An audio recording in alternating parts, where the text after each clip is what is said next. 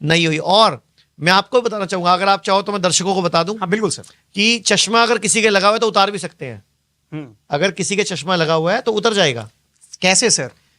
क्या करना है, रात को अपने दांतों को अच्छी तरह साफ करके सोना है। और सोते वक्त आपका सिर पूरब में या दक्षिण में होना चाहिए। पूरब जिधर सूरज उगता है उस तरफ होता है। अगर उस तरफ मुंह करो तो उसके राइट साइड में दक्षिण होता है। तो पूरब या दक्षिण में सिर करके सोना है। जब भी लेटना है बाईं करवट लेटना है। सुबह उठ के अपनी बॉडी को हिलाना है, बिस्तर पे पड़े पड़े इतना हिलाना है कि ब्लड सर्कुलेशन पूरी बॉडी में फैल जाए। क्योंकि हमारी बॉडी में 5 लीटर खून है, रात को 2.5-3 लीटर खून पेट पे आ जाता है। तो घुटनों में कम होता है, एड़ी में कम होता है, गर्दन में कम होता है, सिर में कम होता है। तो पूरी बॉडी में एक साथ वो घूम जाए। तो बॉडी को हिलाया, उठ के बैठ गए। अच्छी तरह हाथ रगड़ने हैं, इतने रगड़ने हैं गर्म हो जाए। और उसको ऐसे आंखों पे लगाना है। 10-20 सेकंड रोक के रखना है, चेहरे पे मल लेना है।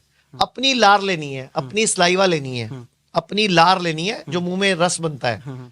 इसको आंखों में काजल की तरह लगा लेना है। और उसके बाद ये 3 उंगलियां ऐसे रखनी है, 7 बार ऐसे घुमाना है, 7 बार ऐसे घुमाना है। उसके बाद 25-30 बार इस तरह घुमाना है और 25-30 बार उल्टा घुमाना है। और दोबारा हाथ रखने हैं, गर्म करने हैं और आंखों पे लगा लेने हैं। 2 मिनट में एक्सरसाइज पूरी हो जाएगी। और 10 से 15 दिनों में 0.25, 0.5 नंबर का चश्मा उतर जाएगा। अगर आपका चश्मा 2 नंबर का, 2.5 नंबर का, 3 नंबर का है तो वो 1-1.5 महीने में उतर जाएगा।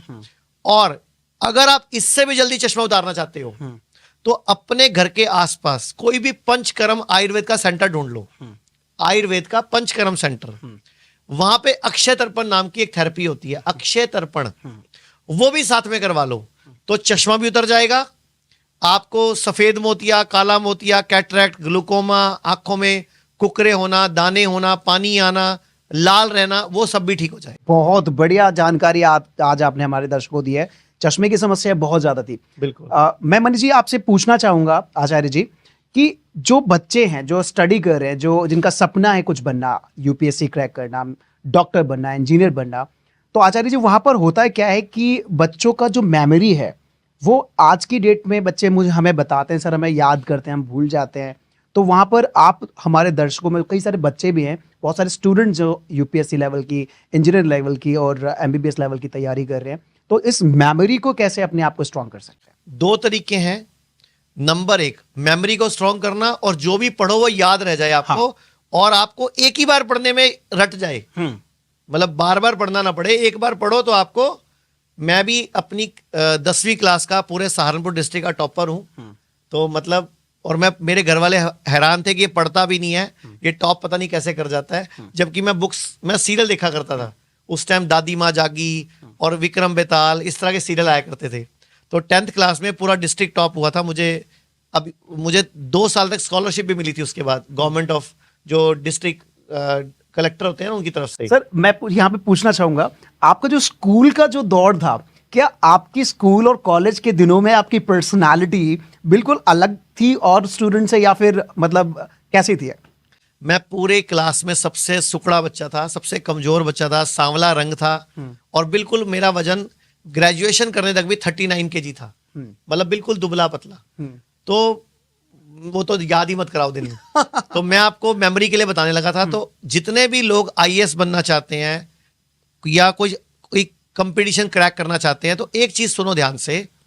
आप रोज सुबह उठ के खाली पेट उकड़ू बैठ के, नीचे बैठ के, मतलब इंडियन टॉयलेट स्टाइल में बैठ के 1 कप गरम गरम पानी पीना शुरू करो। पहली बात, उससे आपकी पिंडली दबेगी।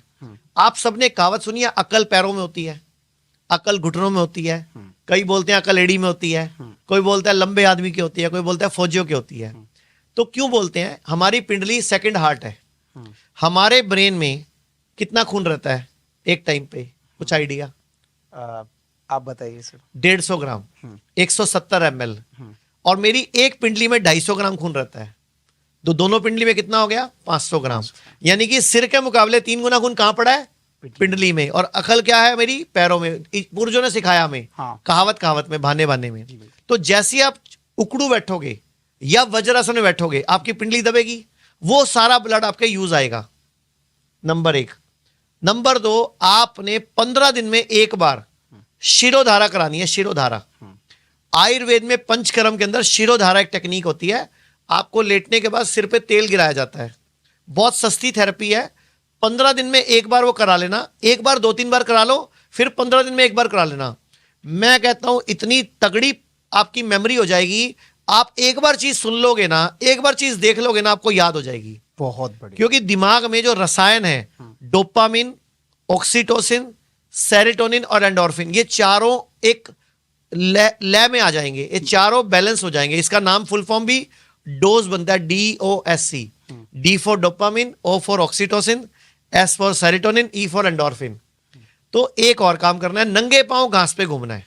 बहुत ये 2 काम कर लीजिए, आपकी मेमोरी शार्प हो जाएगी। लोग कहते हैं आयुर्वेद गंभीर बीमारियों का इलाज नहीं कर सकता, लेकिन अगर पूरे भारत में कोई गंभीर बीमारी से परेशान है तो आयुर्वेद को ट्राई करने तो आ सकते हो ना, पंचकर्मा करा सकते हो, नुकसान तो कुछ होगा नहीं, लेकिन बॉडी हील कर गई तो जिंदगी आपकी बन जाएगी।